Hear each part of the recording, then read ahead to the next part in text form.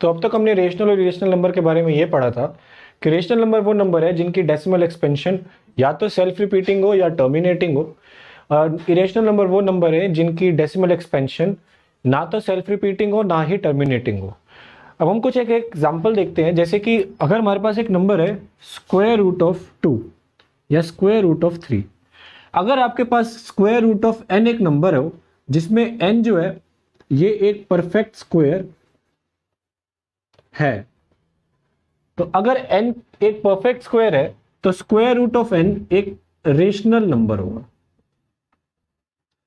और अगर n जो है ये परफेक्ट स्क्वायर के अलावा और भी कोई नंबर है, उस केस में वो एक इरेशनल नंबर होगा। कहने का मतलब ये है कि हम एग्जांपल के तौर पे लेते हैं, जैसे मान लीजिए n की वैल्यू है 1 2 3 4 5 6 7 8 और 9। n की ये 9 वैल्यूज हैं, तो 1 एक परफेक्ट स्क्वायर है तो स्क्वायर रूट ऑफ 1 करके 1 आएगा, तो 1 एक रेशनल नंबर है। स्क्वायर रूट ऑफ 2 करें तो इसकी वैल्यू 1.414 एंड सो ऑन, ऐसे नंबर आते जाएंगे जो ना तो सेल्फ रिपीटिंग होंगे और ना ही टर्मिनेटिंग होंगे, तो ये एक इरेशनल नंबर हो गया। एग्जांपल देखें तो रूट थ्री एक परफेक्ट स्क्वायर नंबर नहीं है। इसका अगर आप स्क्वायर रूट निकालें, आप कैलकुलेटर का यूज कर सकते हैं, तो 1.732 समथिंग समथिंग समथिंग आएगा। अगेन डेसिमल एक्सपेंशन ना टर्मिनेटिंग है ना सेल्फ रिपीटिंग है, इस वजह से ये नंबर भी इरेशनल नंबर है। स्क्वायर रूट ऑफ 4 एक परफेक्ट स्क्वायर है और इसका स्क्वायर रूट करके 2 आता है, तो ये एक रेशनल नंबर है जैसा दिख रहा है। ऐसे ही अगर हम रूट 9 की तरफ देखें तो रूट 9 की वैल्यू आती है 3 और 3 भी एक रेशनल नंबर है। इसके अलावा रूट 5 से लेकर रूट 8 ये सभी नंबर्स परफेक्ट स्क्वायर नहीं है, तो ये सभी नंबर्स इरेशनल नंबर है। तो आगे हम इस एक्सरसाइज में, इस वीडियो लेसन में हम रूट 2 जो कि एक इरेशनल नंबर है, रूट 3 जो कि एक इरेशनल नंबर है और रूट 5 जो कि अगेन एक इरेशनल नंबर है, उन नंबर्स को नंबर लाइन पर प्लॉट करेंगे। अब ये नंबर जो है इनकी डेसिमल एक्सपेंशन ना तो सेल्फ रिपीटिंग होती है ना टर्मिनेटिंग होती है, इस वजह से इसके जो डेसिमल्स तो बहुत सारे आएंगे, लेकिन हम इसको एक डेसिमल तक की निकालेंगे और हम नंबर लाइन पे इतना ही दिखा सकते हैं। मतलब रूट 2 को हम दिखाएंगे कि 1.4 वैल्यू आती है, रूट 3 को 1.7 और ऐसे ही हम रूट 5 की वैल्यू को निकालेंगे।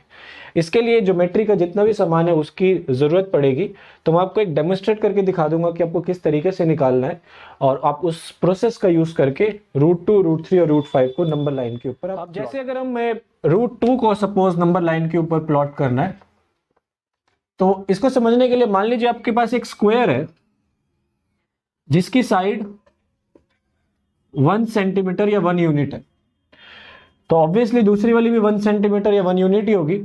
अब अगर पाइथागोरस थ्योरम का यूज करें तो OB का स्क्वायर आएगा OA स्क्वायर प्लस AB का स्क्वायर, तो OA की वैल्यू है 1 और AB की वैल्यू भी 1, तो 1 स्क्वायर प्लस 1 स्क्वायर ये 2 आ जाएगा, और OB स्क्वायर की वैल्यू आ गई 2, तो OB की वैल्यू रूट 2 आ जाएगी।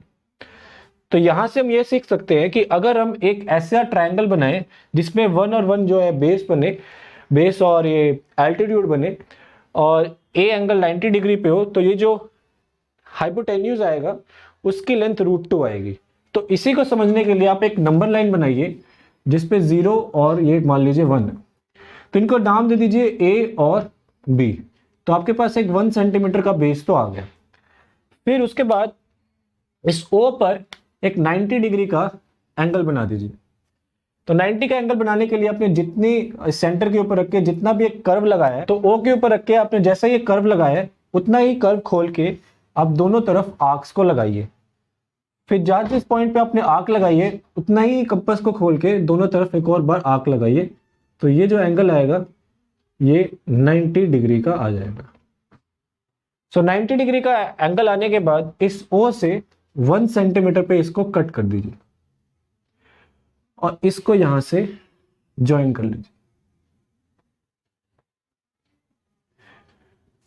तो आपके पास एक बेस था 1 सेंटीमीटर का, एक एल्टीट्यूड आ गया 1 सेंटीमीटर का, तो इसकी लेंथ जो आएगी वो रूट 2 सेंटीमीटर आएगी। तो आप स्केल से चेक कर लेना, अगर ये वैल्यू 1.4 तक आती है, यानी 1.3 या 1.5 तक भी चलता है, अगर यहां तक आ जाती है तो आपका ये जो आंसर है ये बिल्कुल ठीक है। अगर आपकी वैल्यू 1.2 या 1.8 1.9 तक जा रही है तो ये डेफिनेटली गलत है, इतना बड़ा ये जा नहीं सकता। तो आपने करना क्या है, एक नंबर लाइन के ऊपर 1 सेंटीमीटर की एक लाइन बनानी है, उसके बाद ओ से एक 90 डिग्री का एंगल बनाना है और उसको 1 सेंटीमीटर से फिर कट कर देना है, और जिस पॉइंट से आपने इसको कट किया उसको दूसरे पॉइंट जहाँ पे 1 सेंटीमीटर की लाइन थी वहां से ज्वाइन कर देना है। तो ये जो लेंथ आएगी ये आपके पास √2 सेंटीमीटर की। उसके बाद सपोज आपको √3 बनाना है नंबर लाइन पे, तो √3 बनाने के लिए हमें √2 का यूज करना पड़ेगा। तो हम इसी फिगर के अंदर √3 को बनाएंगे नंबर लाइन पे, और वो बनाने के लिए जो आपने सी पॉइंट लिया था इसको आप अपना एक बेस समझ लीजिए, जो ये लेंथ आई है BC, इसको बेस समझ लीजिए जो √2 सेंटीमीटर की है, और अगेन यहाँ पे एक परपेंडिकुलर बना दीजिए। अब ये जो परपेंडिकुलर आया इसको 1 सेंटीमीटर पे फिर कट कर दीजिए और इसको इस पॉइंट्स के साथ फिर ज्वाइन कर दीजिए। तो अब की बार ये जो हमारा हाइपोटेन्यूज है ये √3 सेंटीमीटर का आ जाएगा। और इसके पीछे का लॉजिक ये है कि अगर हम एक रेक्टेंगल बनाए जिसमें AB की वैल्यू √2 सेंटीमीटर है और BC की वैल्यू 1 सेंटीमीटर है, तो ये जो डायगोनल आएगा वो आएगा √2 का स्क्वायर प्लस 1 का स्क्वायर। तो √2 का स्क्वायर आएगा 2, 1 का स्क्वायर 1, तो 3 आएगा, और उसका स्क्वायर रूट ले तो √3 बनेगा, तो ये वैल्यू √3 आ जाएगी। तो इसके लिए हमें √2 की जरूरत पड़ेगी। जैसा आपने इधर देखा था कि 1 सेंटीमीटर पे परपेंडिकुलर बनाया था, ऐसे ही अपने √2 सेंटीमीटर का बना के जिस पॉइंट पे हमने √2 से ज्वाइन हो रहा है वहां पे परपेंडिकुलर बनाइए, 1 सेंटीमीटर पे उसको कट कीजिए और ये जो दोनों पॉइंट्स हैं इनको ज्वाइन कर दीजिए, तो इनकी जो लेंथ आएगी ये √3 सेंटीमीटर। 1.2 का फर्स्ट क्वेश्चन है, आपने बताना है कि ये 3 स्टेटमेंट में से कौन सी स्टेटमेंट ट्रू है कौन सी स्टेटमेंट फॉल्स है, और एक रीजन भी देना है कि क्या किस वजह से ये ट्रू या फॉल्स है। तो फर्स्ट है every irrational number is a real number, और थर्ड इसके जैसे ही every real number is an irrational number. तो इसको समझने के लिए हम ये देखते हैं कि रियल नंबर होते क्या है। तो रियल नंबर वो नंबर है जिनको आप नंबर लाइन के ऊपर प्लॉट कर सकते हैं। ये दो तरह के होते हैं, या तो नंबर रेशनल होंगे जैसा हमने डेसिमल एक्सपेंशन के टर्म्स में पढ़ा था, या नंबर इरेशनल होगा। तो अगर हम हर एक इरेशनल नंबर की बात करें तो वो रियल नंबर के क्लास में तो आएगा ही आएगा। तो जो फर्स्ट स्टेटमेंट है वो ट्रू है, कोई भी इरेशनल नंबर हो वो रियल नंबर की क्लास में तो आता ही आता है। सो जो फर्स्ट मैथमेटिकल स्टेटमेंट है ये ट्रू है। सेकंड स्टेटमेंट है, पहले थर्ड स्टेटमेंट देख लेते हैं। Every real number is an irrational number, क्या हर एक रियल नंबर एक इरेशनल नंबर होगा? अब रियल नंबर जो है वो रेशनल भी हो सकता है और इरेशनल भी हो सकता है, लेकिन कोई गारंटी तो नहीं है कि हर एक रियल नंबर इरेशनल नंबर की क्लास में ही आएगा, क्योंकि वो रेशनल भी हो सकता है। तो इसकी वजह से ये स्टेटमेंट हर एक रियल नंबर के लिए ट्रू तो है नहीं। सो ये जो स्टेटमेंट है ये फॉल्स कहलाएगी, क्योंकि ये हर एक रियल नंबर के लिए ट्रू नहीं है। रियल नंबर रेशनल और इरेशनल दोनों हो सकते हैं। सेकेंड पॉइंट है every point in the number line is of the form √m where m is a natural number. अगर हम नंबर लाइन बनाए तो ये 0 है, -1, ये इधर 1, इधर 2 और इधर 3, -2 -3। अगर m नेचुरल नंबर है तो हम कभी भी इन नंबर्स को उस हिसाब से तो नंबर प्लॉट ही नहीं कर सकते। अब नंबर लाइन के ऊपर नेगेटिव इंटीजर्स भी आते हैं, पॉजिटिव इंटीजर्स भी आते हैं, इसके अलावा रेशनल नंबर भी आते हैं और इरेशनल नंबर भी आते हैं। तो हम क्वेश्चन के हिसाब से हर एक नंबर को हम √m के फॉर्म में दिखा सकते हैं, लेकिन हम -1 को √m के फॉर्म में नहीं दिखा सकते, क्योंकि m की वैल्यू नेचुरल नंबर और नेचुरल नंबर सब पॉजिटिव ही होते हैं, तो रिजल्ट तो पॉजिटिव ही दे सकता है। अब नेगेटिव रिजल्ट से कैसे देगा?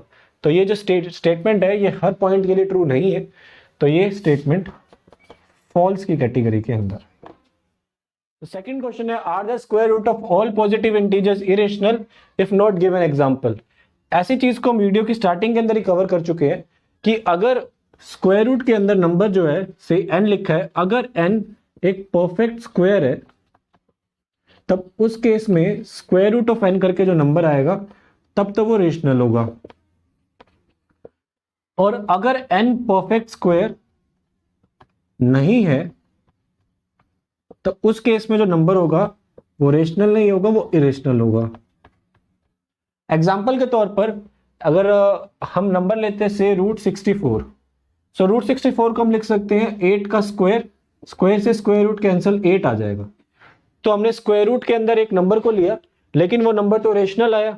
इसके अलावा हम कोई और भी ले सकते हैं √81, तो रूट 81 करके 9 आएगा। इसके अलावा रूट 169 ले सकते हैं जिसका स्क्वायर रूट करके 13 आएगा।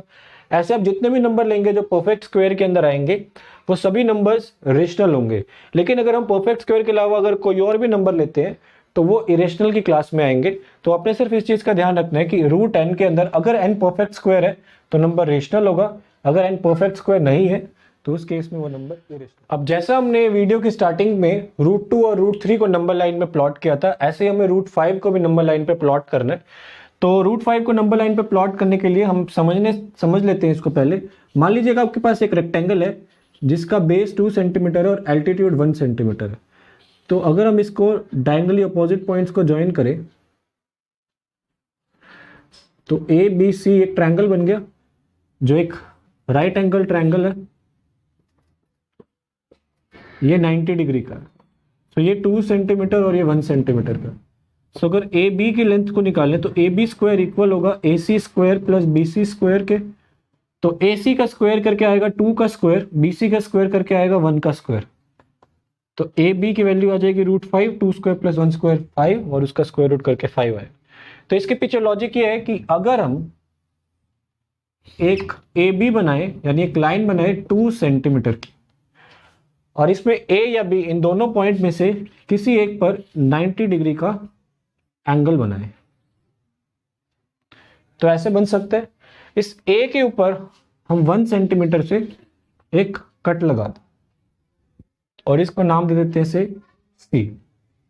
इस सी को बी के साथ दोबारा ज्वाइन कर दें तो जो बी सी की लेंथ आएगी वो रूट 5 सेंटीमीटर की ही होगी। हम इसको एक बार और रिवाइज करते हैं। तो आपने पहले एक ए बी बनाना है 2 सेंटीमीटर का, उसके बाद ए पर एक 90 डिग्री का एंगल बनाना है। 90 डिग्री का एंगल बनाने के बाद 1 सेंटीमीटर पर इसको कट कर देना है और जिस पॉइंट पे ये कट हुआ है उसको बी के पॉइंट के साथ ज्वाइन कर देना है। सो 2 का स्क्वायर प्लस 1 का स्क्वायर करके जैसा हमने देखा था वो 5 ही आया था, तो ये रूट 5 लेंथ आएगी। और अगर इसकी वैल्यू आपके पास 2.3 2.4 के आसपास आती तो ये आपका आंसर बिल्कुल सही होगा। तो इस मेथड से हम रूट 5 को भी नंबर लाइन पर प्लॉट कर सकते हैं।